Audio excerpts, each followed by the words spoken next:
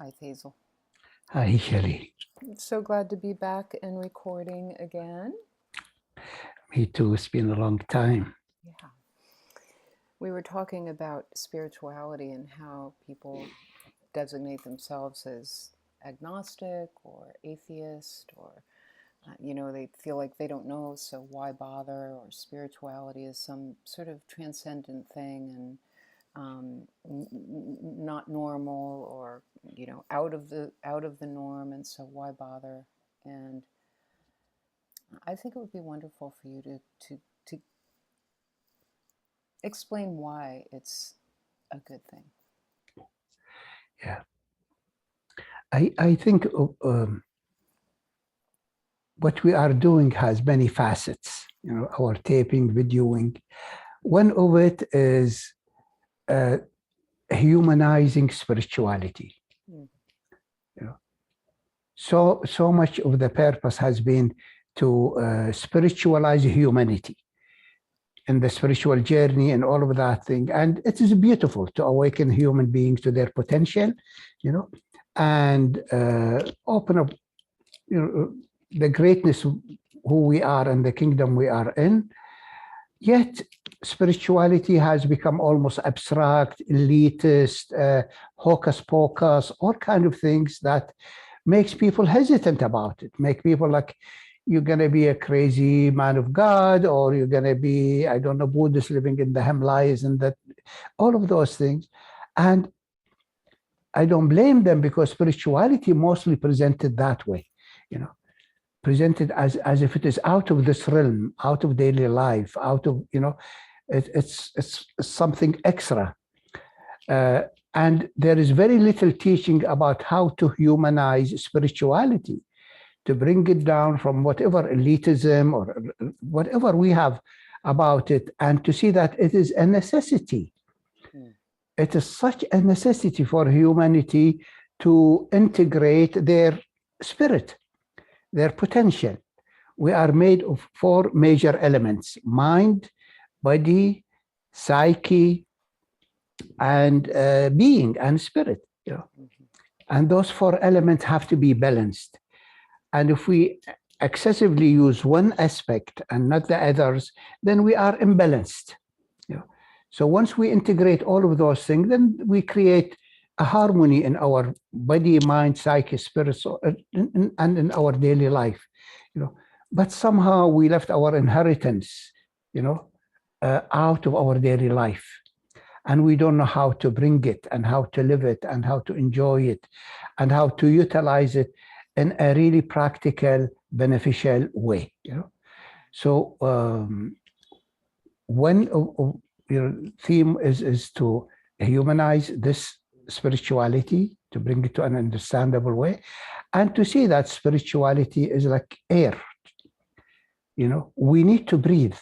But nowadays, even we forget to breathe. People don't even pay attention to breathing, And if you tell them, do little breathing or yoga or something like that, they protest, But we need oxygenation. We need water.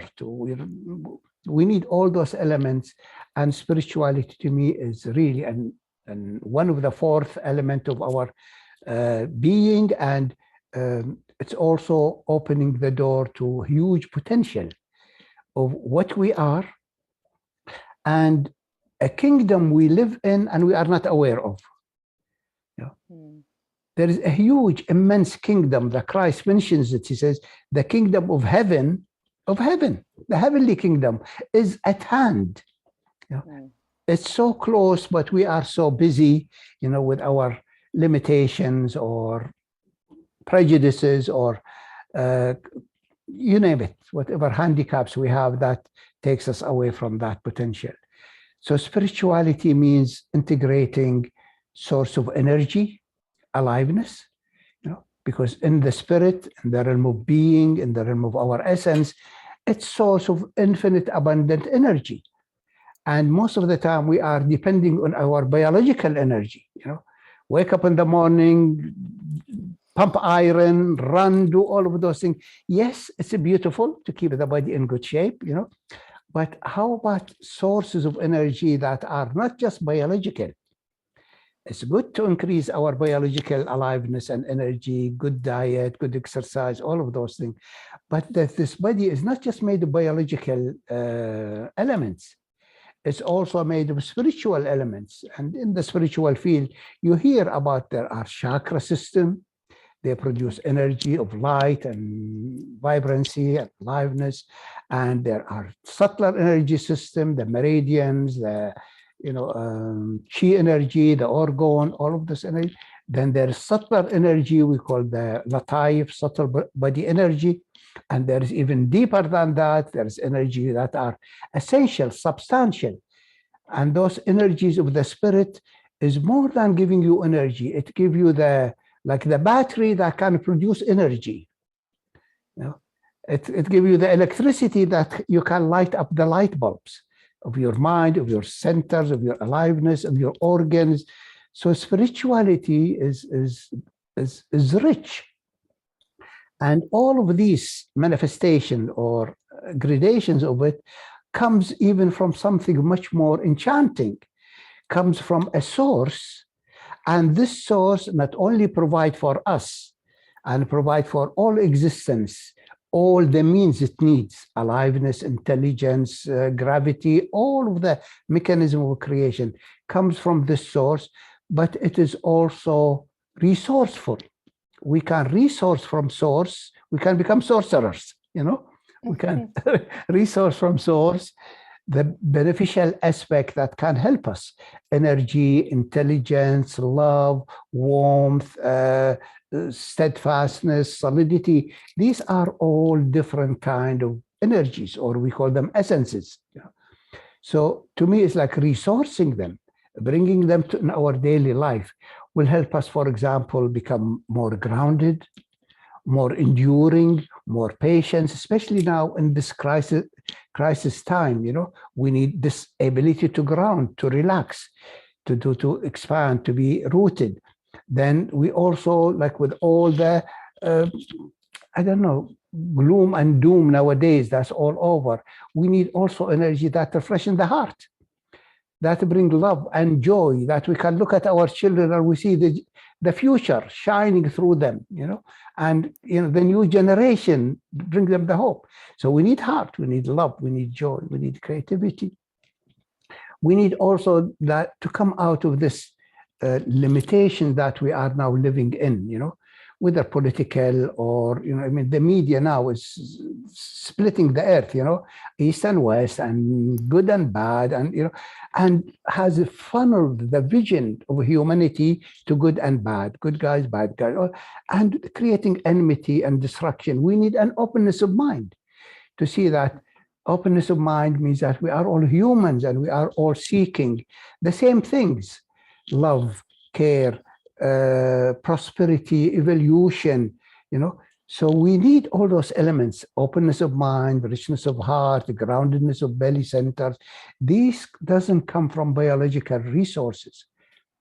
We can use the biology, we can use our body to open up to deeper dimensions and resource from being these kind of elements that can help us. Also, as I said, the being is source, so we can also resource new inspirations, new visions of the future, new paradigms for the evolution of humanity. All that comes from us, from our being. It's with us, but we are like busy, so busy, I don't know with what, really triviality and drama and trauma and all of those things. So to me, it's like spirituality is like a breathing. It's like the fish need to be put in the ocean in order to relax, in order to be. So connection to our spirit is really very human and very practical, very down to earth. Being is here for us not to transcend our life, not to transcend this magical existence, but to enliven it, to evolve it, to enrich it, to bring it to a higher and higher potentiality. So to me, it's like we need to humanize spiritual teaching and cultivate skillful means of how to access those energies, intelligences, love, like that. And the other purpose of this videos we're doing is we received magnificent revelations, in the recent years, in the last 30, 40 years. And this revelation is so beautiful. It touches my heart and soul. And I've been fortunate to be part of this realization, and revelation.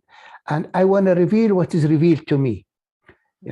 What is the spiritual kingdom? What's it made of? And how can we access it? And what blocks us from reaching it? And that means dealing with our mundane issues, daily life issues, avoidances, fears, resistances, ignorances, like that, So the teaching is immense. The revelation is huge. But I want to open these videos, I want to open the hearts and mind for whoever listening to the kingdom that's at hand. I cannot reveal much. I might not remember all the pieces to put them together, but I'm saying, join me, ride your horse, and let's, meander in this kingdom and put this magical story together, the greatest story never told, or it was told, but we were not listening, Yes. As you speak to that, so many of those essential qualities you speak of in Christianity might be referred to as virtues. Yeah, exactly. And you speak of these four aspects, right? And with I'm curious how you would language the soul. You don't mention the soul, but somewhere between psyche and spirit and body and mind. I'm curious how you would language that, so people understand what you mean by these different aspects. Yeah, I mean, body we know, and mind we know. We know the body in terms of biological body, but there are many bodies within this body. Body of energy, body of light, body, all combined in this physical, fleshy entity that's here. So it's not just an ordinary body that's biological. Within it are bodies, or vehicles or dimensions of being. This is when soul comes, and then there is being. Before I get to that, being is an immense universes, light and substances and absolute and emanations, different gradations and vehicles. We talked so much about it, it's rich. And the soul, then soul, we come to all kind of definitions, about lots it. Of confusion. A lot of confusion, some call soul the sense of who we are, the spirit, or the higher self, individuated higher self, and the aggregate of all it comes with, its mind, its psyche, its self-image, its psychological structures, its qualities, negative qualities, positive qualities of essence. So they call the totality of that as soul. Okay. And so because sometimes people would refer to the soul as the higher self only. Yeah, right? yeah. So you're saying it's pretty much everything. Yeah, some people define that. Sometimes I like to define the soul as the individuated higher self. Okay. Yeah, and this individuated higher self come with its package. Yeah. Some people call also this soul, this individuated higher self, soul, and some people call it spirit. So sometimes they refer to the soul not as the aggregate, as I mentioned, but as an entity. And some people say, no, this entity is spirit, and some people say this entity is higher self. Let's say there is an entity, and this entity is uniquely you. It's a person made of another element, not worldly element, made of essential lights, and this entity lives in this body, and when we die, it exits, and according to some system, it reincarnates. According to other system, it goes to hell or heaven or other dimension and stays there. But there is a person made of something else, not of the body. The body disintegrates, goes back to the earth, but this being remains, this entity remains. So some people call that the soul or spirit or individuated higher self, and it confuses people, you know. Let's say this entity doesn't come alone. Often it comes with a structure, with an essential vehicle, you know. And this essential vehicle is made of jewels and of light. Those jewels are made of light. And every jewel of light is a virtue, is a vehicle of virtues. You know, that's what Christianity talk about. The ethical code, moral code, the virtuous body comes with the soul. And if the soul doesn't lose this body, the robe of glory that it wears, then the soul lives within the field of the soul. It's in touch with the highest aspect that makes the soul evolve in life and evolve life with it. And then when it departs, it doesn't lose this vehicle that can take it to liberation. Otherwise, we lose it, we lose the connection to it, it gets restricted, and we get caught in our ego and in our personality and in the humdrum of daily life, and we forget who we are and where we came from. And when people die, sometimes even the soul cannot migrate to the light, cannot go to the light, cannot go to enlightenment, cannot go to liberation. It gets lost in an intermediary stage. Tibetan called it bardo. Different names for it, you know. Like purgatory and the purgatory, you know. I think they did away with that in the 60s. Okay.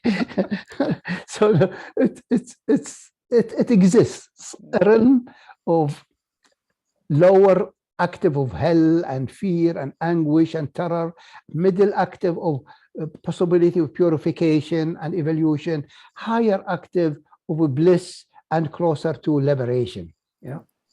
So the hell, purgatory, and heaven, you know, and heaven is not the highest. You can go also beyond heaven to source of heaven, where the source come from. So this is where this word is so ambiguous. The same thing with being, you know. Yes. You hear the word of God, about God and being. Some people call it bliss. You know, some people call it what was that? Bliss. Bliss. Oh, right. Bliss. You know, bliss. Some people call it natural great peace. Some people call it enlightenment. You know, some different names, and none of those names is applicable, because the moment you call it that name, it becomes that quality.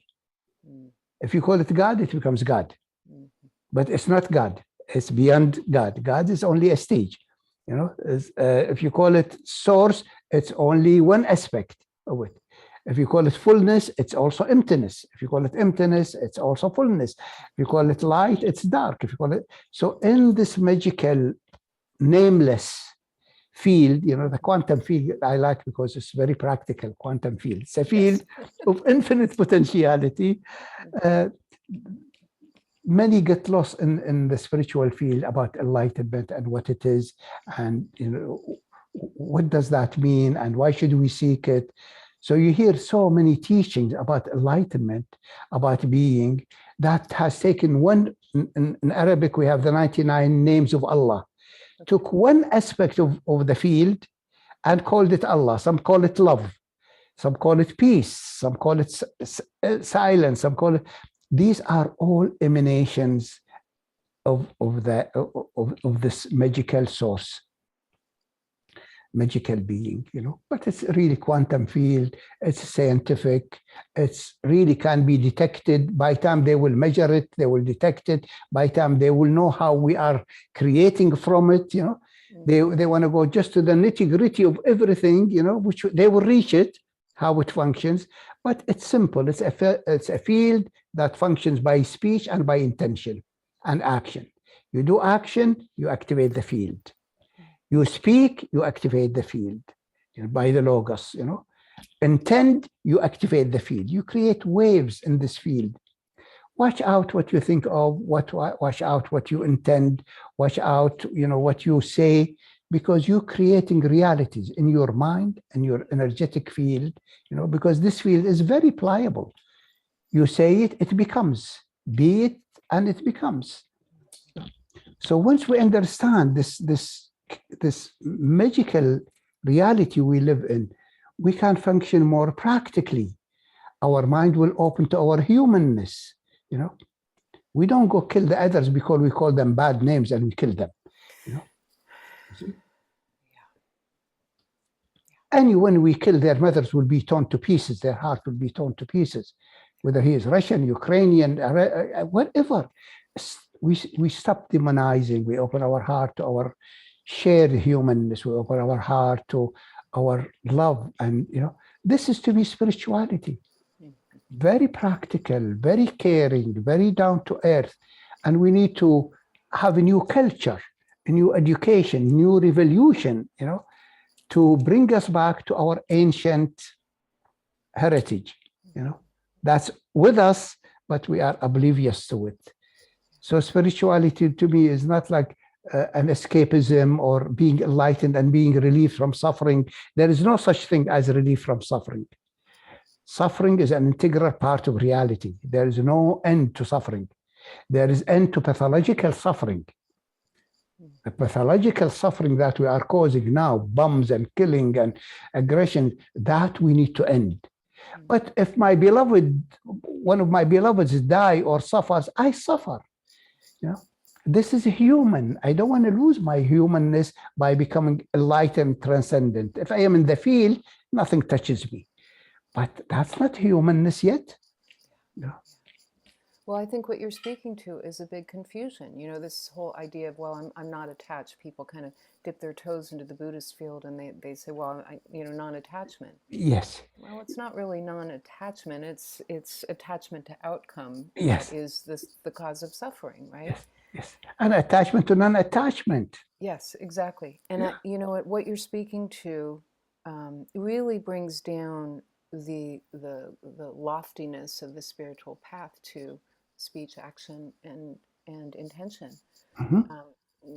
Whatever flavor you choose, but those three things, they can be a lifelong goal and path of goodness. Yes, and the practicality of it.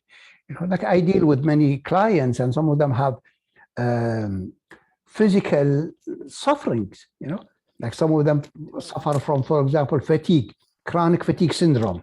It's a very common thing. Many people suffer from it, and they are depressed, and they're fatigued, and they're in pain, and all of those things. And they try to deal with it medically or homeopathically, all of kind of means, new approaches and ancient approaches. And the core of the chronic fatigue syndrome is the blockage of a certain energy, essential energy, that the person has conflict about. And this energy, when it runs in the body, it gives it oomph, vitality, strength, aliveness, heat. With it comes the feeling of I am independent. I can walk my own walk. I can do my own thing. This brings deep psychological issue, deep in the unconscious, separation anxiety. The child feels like if I am feisty and running my own thing at the age of 1.5, this energy kicks in. That gives the child the impetus to leave mom, crawls and walk and all of those things, and begin to separate. And if this stage was not allowed, if mother was too confining or whatever happened, and when the feistiness of this energy kicks in the baby, we break it. We control it. You're devilish. You sit down. The baby cannot sit. This volcano is erupting inside. How could it sit? No breaks. So this energy, we call it red essence, the energy of vitality. It flushes the liver. It flushes the pelvis floor. It strengthens the arteries and the blood circulation and aliveness. And you see. You feel that as if the depression lifts off, the fatigue lifts off, and the person feels like they were attached to their fatigue and depression because the fatigue itself is mother in their system. They're carrying their mother. They're feeling afraid to separate, afraid of life, afraid to venture. So one of the uses of the essential energy is healing ailments we have. You know, some people suffer from a lot of ailments in the lungs, and that has to do with the grief. You know, so there is a quality that when it opens in the lungs and the person can cry and feel how much they are hurt. Some quality, we call it green essence, quality of freshness, newness. I suffered a lot in my lungs. And when I did bioenergetic and started opening through by the biology, crying and all of this thing, then my openness in the lung went deeper and deeper. And I started feeling this cool mentholatum energy opening in my heart and opening in my chest and opening in the thymus gland, as if I felt between the rib cage, as if the thymus gland was atrophied in childhood. They say it doesn't come back, but through breathing and through this energy, the thymus gland started to activate. And in its activation came memory of how much I was hurting as a child, how much nobody was aware of my grief. And I just blocked it, and that collapsed the thymus gland and collapsed the lungs. So when I allowed the grief, then this mentholatum energy started coming.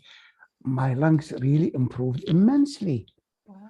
So those energies, spiritual energy, are very much needed for our biological aliveness, our health.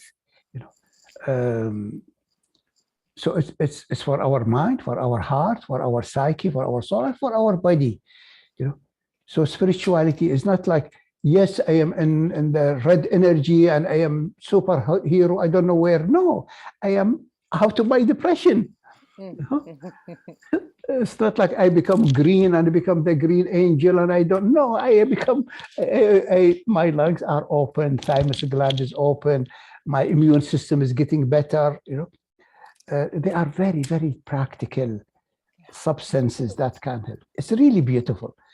This fusion, this wedding between the spiritual energy and between the different body aspect of the body and the different ailments that we have, psychological or physical, is such a beautiful, rich field that we're trying to share with revelation of those essential states, spiritual dimensions, and how they work. Psychologically, we feel better. Mentally, we feel fresher, lighter. And physically, we feel more alive, more potent, more healthy. You know, and of course, if we add to it our food and our exercises, we live an optimum life. We're given a life. We're given a body that can do miraculous things. You know, and enjoy the kingdom we are in. Our perception of it increases. Our love for it increases. Because spirituality for me didn't just heal the body, but opened my eyes. My eyes had an ocular segment blocked. I can only see certain things and don't see certain things, and limited, like a funnel vision. And I work with a lot of my clients that way. There is an ocular belt here, the tensions around the eyes, around the ear. So they can only see certain things and they hear certain things. And when this belt opens up, this belt of tension opens up, your eyes begin to shine, the eyes begin to see, you begin to see colors and light, you begin to see the tree is a three-dimensional, while before the tree was just an image, a tree, and you pass by. Now you see, wow, it's vibrant, it's alive. You listen to the sound, and the sound has I don't know, beauty and richness and depth. People used to take LSD and drugs to get that, you know. Why? Breathe, relax, call upon your spirit, and your spirit will bring you the richness it has in the body. We need to integrate our spirit, because our spirit will help us realize our humanness. We are semi-human now. We are not really human. You know? We are personality, we are blocked up mind and issues.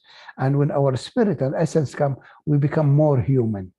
A spiritual person is really most human. The more spiritual the person is, the more human they are. I can't see the Dalai Lama without falling to pieces into tears and touched by the humanness of his emanation. the heartfulness, compassion, humanness. Take care of each body. Take care of each body, of each other. You know. That's why we're doing this. That's at least my heart joy is to bring this teaching because it's necessity. Yeah. I remember the days when I was very young. I was so afraid of meditation and sitting and meditating, or like, where am I going? You know, am I going to be lost in I don't know, in the ozone? Or now it feels, oh, I am just breathing, relaxing, refueling, recharging. You know, plugging into being. Lovely. Thank you for that, Faisal. Yeah, sure.